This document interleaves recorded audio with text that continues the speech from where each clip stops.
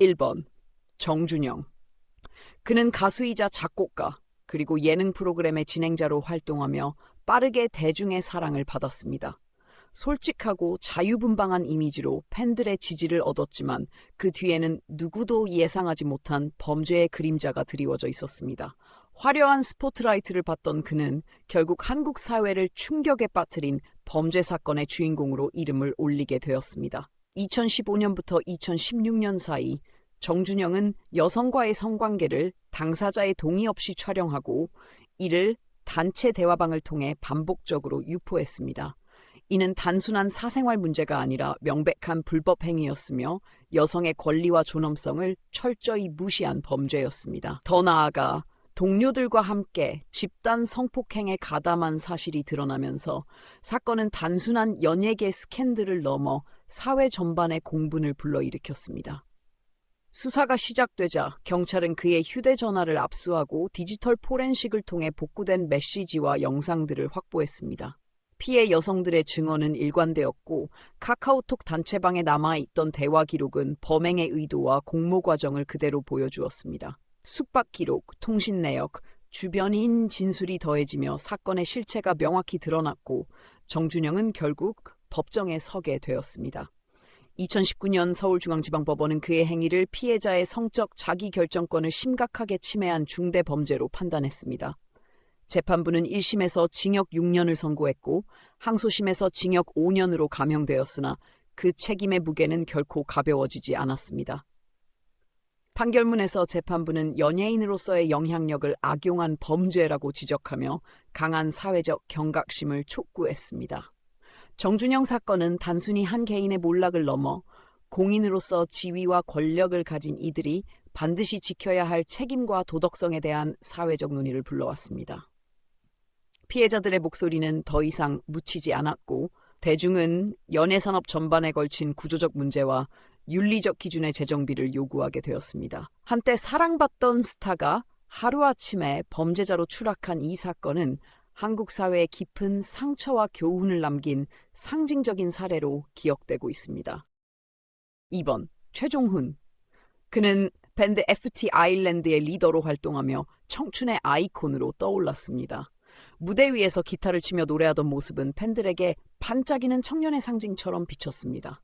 하지만 대중이 기억하는 범죄에 연루된 또 다른 얼굴이 있었고 그 실체가 드러나는 순간 그의 이름은 충격과 배신의 상징으로 남게 되었습니다. 최종훈은 동료 연예인들과 함께 여성들을 상대로 한 집단 성폭행에 가담한 혐의를 받았습니다.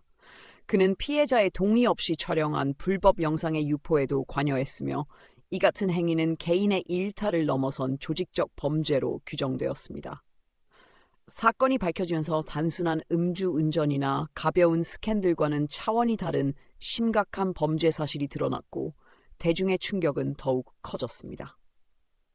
수사 과정에서 경찰은 카카오톡 단체 대화방의 기록을 확보했고 그 안에는 불법 촬영물과 관련된 대화가 그대로 남아 있었습니다.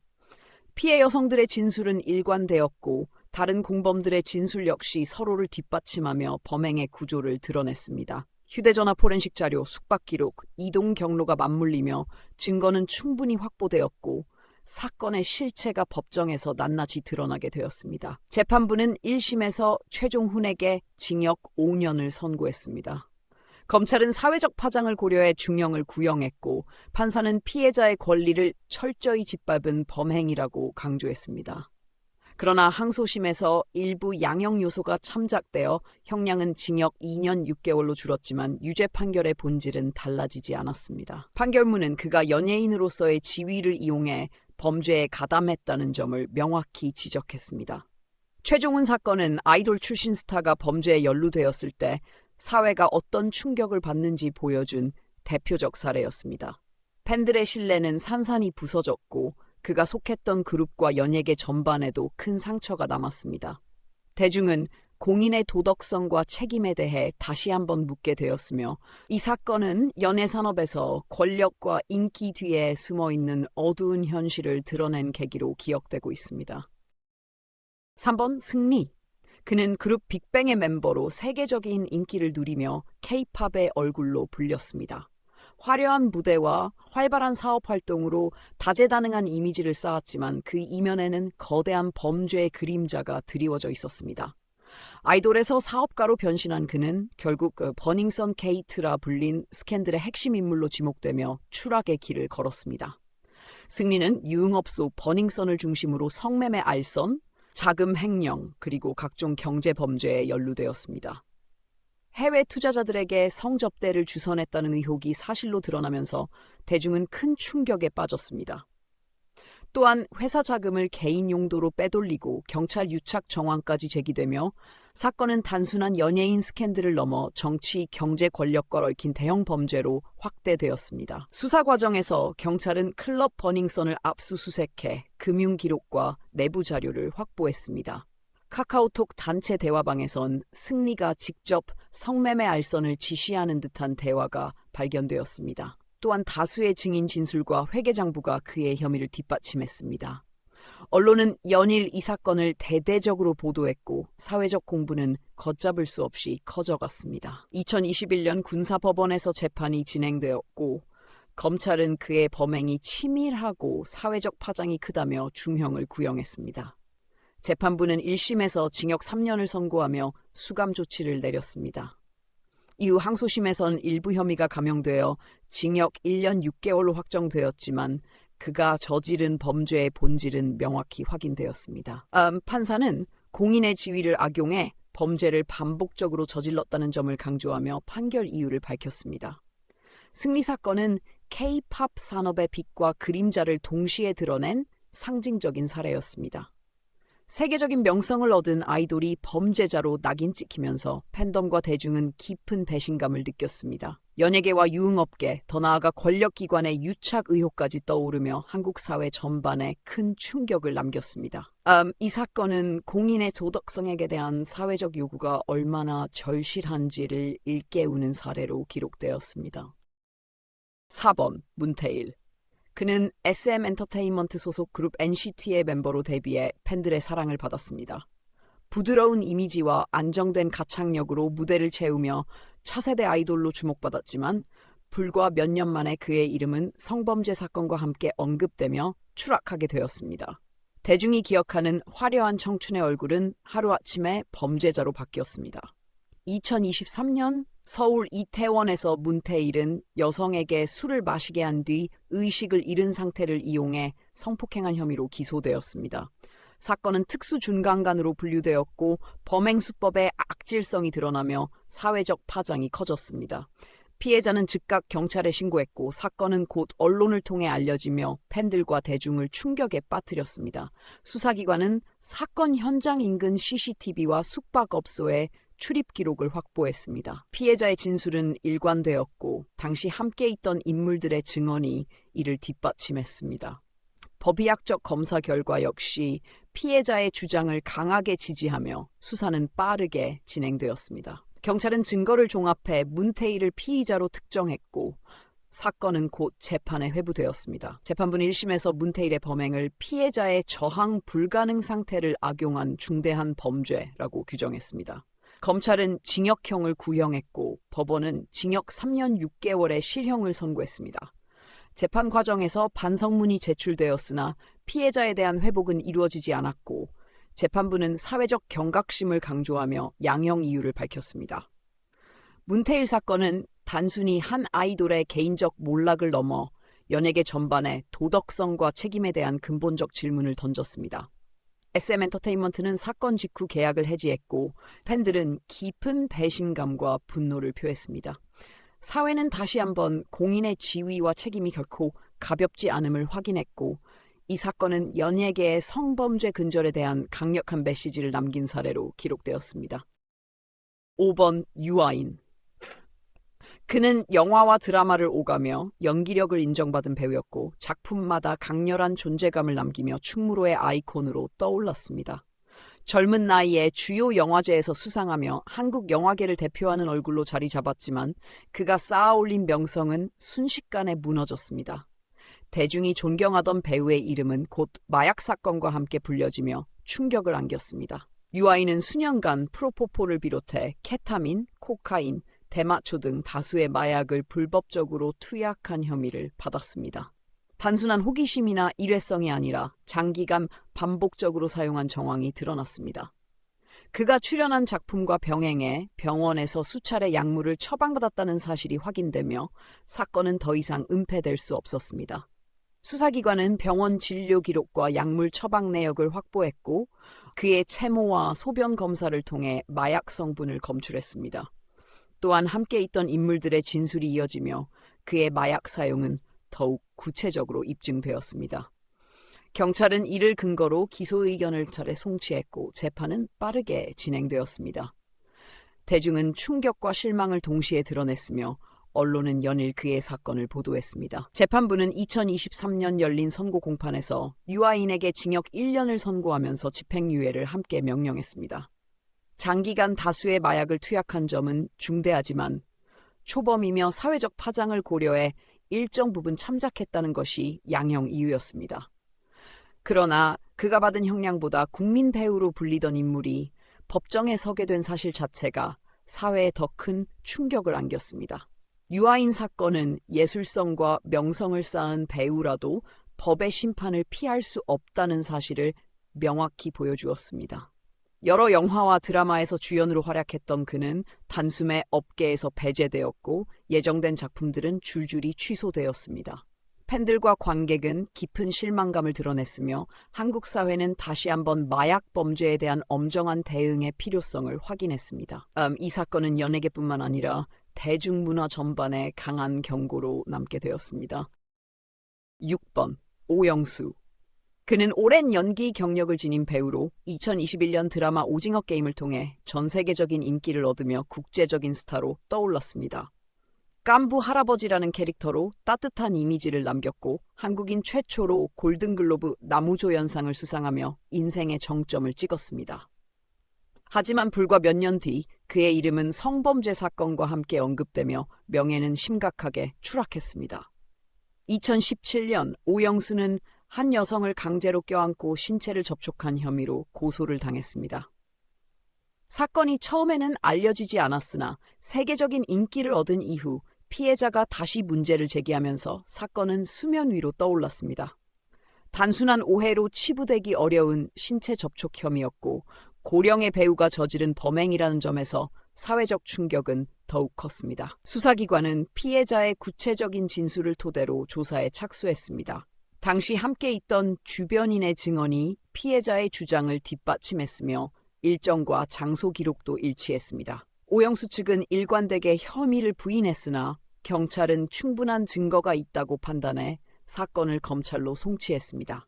이 과정은 언론에 보도되며 대중의 관심을 집중시켰고 국제적으로도 파장을 일으켰습니다. 재판은 2023년에 열렸습니다. 검찰은 그가 피해자 의사에 반해 신체 접촉을 강행했다며 유죄를 주장했습니다. 재판부는 피해자의 진술이 구체적이고 신빙성이 있다고 인정하며 오영수에게 징역 8개월에 집행유예 2년을 선고했습니다. 또한 성폭력 치료 강의 40시간 이수를 명령하며 사회적 경각심을 강조했습니다. 판결 직후 그는 모든 작품 활동에서 배제되었고 국제적인 이미지 역시 급격히 추락했습니다. 오영수 사건은 공인의 명성과 업적이 범죄 사실을 덮을 수 없음을 보여주었습니다. 세계적인 인기를 얻었던 배우가 단 한 번의 일탈로 추락하는 과정을 통해 사회는 다시 한번 성범죄의 심각성을 확인했습니다. 대중은 큰 실망감을 드러냈으며 연예계는 고령 배우라 하더라도 도덕성과 책임을 피할 수 없다는 교훈을 얻었습니다. 이 사건은 한국 사회의 깊은 상처와 동시에 법 앞에서의 평등이라는 원칙을 새롭게 각인시킨 사례로 남았습니다. 7번 박유천. 그는 한때 TVXQ와 JYJ의 멤버로서 아시아 전역에서 폭발적인 인기를 얻었습니다. 아이돌로서의 성공뿐 아니라 드라마와 영화에 출연하며 연기자로도 인정받았고 다양한 수상 경력을 통해 다재다능한 아티스트로 자리매김했습니다. 그러나 팬들에게 사랑받던 그의 이름은 곧 마약 사건과 함께 불려지며 추락의 상징이 되고 말았습니다. 2019년 박유천은 전 여자친구의 진술을 통해 필로폰을 구입하고 투약한 혐의로 수사선상에 올랐습니다. 단순한 소문이 아닌 반복적 구매와 직접 투약 사실이 드러나며 사건은 빠르게 확대되었습니다. 특히 그는 기자회견을 열어 마약을 절대 하지 않았다라고 부인했지만 며칠 뒤 체내 검사에서 양성 반응이 나오며 거짓말이 드러났습니다. 이 장면은 대중에게 더 큰 충격을 안겼습니다. 경찰은 그의 체모와 소변을 정밀 검사했고 필로폰 성분이 검출되었습니다. 또 다른 증거로는 구매 정황을 담은 CCTV와 공범의 진술이 있었습니다. 수사 과정에서 박유천은 끝까지 혐의를 부인하다가 과학적 증거 앞에서 결국 범행을 인정했습니다. 조사 기록과 법의학적 분석이 사건의 진실을 뒷받침하며 기소는 신속하게 이루어졌습니다. 재판부는 같은 해 열린 선고 공판에서 박유천에게 징역 10개월에 집행유예 2년을 선고했습니다. 또한 보호관찰과 함께 치료 명령을 부과하며 재범 방지 필요성을 강조했습니다. 재판부는 공인의 지위를 가진 인물이 사회적 파급력이 큰 마약 범죄에 가담했다라고 지적하며 엄중한 경고의 메시지를 남겼습니다. 박유천 사건은 아이돌 출신 스타가 마약 범죄로 추락하는 전형적인 사례로 기록되었습니다. 팬들은 깊은 배신감을 드러냈고 그가 쌓아온 연예계 커리어는 한순간에 무너졌습니다. 방송과 광고는 모두 중단되었고 대중의 신뢰는 회복 불가능할 정도로 무너졌습니다. 이 사건은 한국 사회의 마약 범죄의 위험성과 공인의 책임을 다시 각인시키며 연예계 전반에도 강력한 경고로 남았습니다. 8번 장미인애. 그녀는 드라마와 영화에서 활약하며 대중에게 얼굴을 알린 배우였습니다. 청순한 외모와 안정된 연기력으로 많은 사랑을 받았지만 시간이 흐르며 연예 활동은 점차 줄어들었고 결국 그녀의 이름은 마약 사건과 함께 언급되며 불명예스럽게 남게 되었습니다. 장미인애는 수차례 프로포폴을 불법 투약한 혐의로 기소되었습니다. 의료 목적을 빙자해 병원을 방문해 지속적으로 약물을 처방받았다는 사실이 밝혀졌습니다. 단순한 호기심이 아닌 반복적이고 상습적인 투약이라는 점에서 사회적 비난은 더욱 거세졌습니다. 당시 사건은 연예계 전반으로 번지며 다수의 배우와 연예인이 연루되었고 장미인애 역시 그 중심에 서게 되었습니다. 수사기관은 병원 진료 기록과 약물 투약 내역을 확보했습니다. 의료진의 진술과 함께 CCTV 영상이 증거로 제출되었으며 약물 사용 횟수와 기간이 구체적으로 드러났습니다. 장미인애는 조사 과정에서 일부 혐의를 인정했고 검찰은 이를 근거로 기소를 진행했습니다. 언론은 연일 사건을 보도하며 사회적 논란은 점차 커졌습니다. 재판부는 반복적 투약과 연예인으로서의 영향력을 고려해 유죄를 선고했습니다. 그러나 초범이라는 점과 자발적 반성 등을 참작해 징역형의 집행을 유예하고 벌금형을 병과했습니다. 동시에 일정 기간 동안 연예 활동을 제한하며 사회적 책임을 물었습니다. 판결문에서 재판부는 공인의 지위에 있는 사람이 사회적 신뢰를 저버렸다고 강조했습니다. 장미인의 사건은 마약 범죄가 결코 일부의 문제가 아님을 보여주었습니다. 대중은 큰 실망감을 드러냈고 그녀의 연예 활동은 사실상 중단되었습니다. 사건은 연예계 전반에 경각심을 불러일으키며 공인의 도덕성과 사회적 책임에 대한 논의를 촉발했습니다. 한때 대중의 사랑을 받던 배우였지만 지금은 범죄 기록으로 기억되는 비극적인 사례로 남게 되었습니다. 9번 황수정. 그녀는 1990년대 드라마와 영화에서 활약하며 청순한 이미지로 큰 인기를 얻은 배우였습니다. 당대의 스타로 자리매김하며 시청자들의 사랑을 받았지만 불과 몇 년 뒤 그녀의 이름은 마약 사건과 함께 보도되며 충격을 안겼습니다. 화려한 배우의 삶은 순식간에 범죄자의 낙인으로 바뀌었습니다. 2001년 황수정은 당시 교제하던 남자친구와 함께 필로폰을 투약한 혐의로 체포되었습니다. 단순한 개인적 일탈이 아니라 반복적으로 사용한 정황이 드러났고 그녀가 연예 활동을 이어가던 시기에 발생한 사건이라는 점에서 사회적 파장은 더욱 컸습니다. 국민 여배우로 불리던 인물이 마약 범죄에 연루되었다는 사실은 대중에게 깊은 배신감을 안겼습니다. 경찰은 제보를 토대로 수사를 시작했고 현장에서 체포된 그녀는 곧바로 마약 반응 검사를 받았습니다. 검사 결과는 양성이었고 남자친구의 진술 역시 범행 사실을 뒷받침했습니다. 현장에서 압수된 주사기와 관련 물품은 범행의 직접적인 증거로 제시되었습니다. 경찰은 사건 경위를 상세히 기록해 검찰에 송치했고 언론은 이를 대대적으로 보도했습니다. 재판부는 2001년 열린 선고 공판에서 황수정에게 징역 1년 6개월을 선고했습니다. 그러나 항소와 집행유예 신청이 받아들여져 실제로는 78일간의 수감 후 석방되었습니다. 판사는 공인의 지위를 가진 배우로서 사회적 책임을 져버렸다고 지적했으며 대중의 실망감은 쉽게 가라앉지 않았습니다. 황수정 사건은 마약 범죄가 개인의 삶뿐 아니라 사회 전체에 끼치는 영향을 여실히 보여주었습니다. 한때 국민 배우라 불리던 그녀는 사건 이후 연예 활동을 사실상 중단했고 대중의 기억 속에는 범죄자로 남게 되었습니다. 이 사건은 연예계가 도덕성과 책임을 외면할 수 없다는 교훈을 남겼고 한국 사회에 마약 범죄에 대한 경각심을 심어준 상징적 사례로 기록되었습니다. 10번 타이거 JK. 그는 한국 힙합의 개척자로 불리며 1990년대 말부터 독창적인 음악으로 주목을 받았습니다. 거침없는 무대 매너와 진솔한 가사로 청춘들의 열렬한 지지를 받았고 한국 힙합의 상징적 인물로 자리매김했습니다. 그러나 음악적 성취와는 달리 그의 이름은 2000년대 초 마약 사건과 함께 불려지며 큰 파장을 일으켰습니다. 2000년 타이거 JK는 해외 공연 후 귀국 과정에서 필로폰 투약 혐의로 적발되었습니다.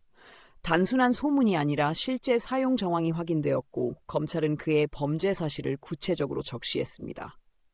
당시 한국 힙합을 대표하던 인물이 마약 사건에 연루되었다는 사실은 음악 팬들에게 충격이자 실망이었습니다. 수사기관은 공항에서 실시한 소변 검사와 모발 검사에서 마약 성분을 검출했습니다. 그의 주변 인물들의 진술 역시 범행을 뒷받침했고 함께 있던 동료들이 연루되었다는 의혹까지 제기되었습니다. 경찰은 확보된 증거를 토대로 기소 의견을 제출했고 재판은 신속히 진행되었습니다. 사건이 언론을 통해 대대적으로 보도되면서 힙합 음악계 전체가 타격을 입었습니다. 재판부는 반복적인 투약 정황과 사회적 파장을 고려해 유죄를 선고했습니다. 그러나 초범이라는 점과 음악 활동을 통해 사회에 기여할 수 있다는 가능성을 참작해 징역 2년의 집행유예를 선고했습니다. 판사는 공인의 지위에 걸맞은 책임을 다하지 못했다고 지적하며 다시는 같은 범죄를 반복하지 말라는 경고를 남겼습니다. 타이거 JK 사건은 한국 힙합이 성장하던 시기에 큰 그림자를 드리웠습니다. 팬들은 충격과 배신감을 느꼈고 그 역시 한동안 음악 활동을 중단해야 했습니다. 그러나 시간이 흐른 뒤 그는 음악으로 다시 복귀하며 재기의 상징으로 평가받기도 했습니다. 이 사건은 명성과 재능을 가진 아티스트라도 법의 심판을 피할 수 없음을 보여주는 사례로 남았으며 연예계 전반에 마약 범죄의 심각성을 환기시킨 사건으로 기록되었습니다.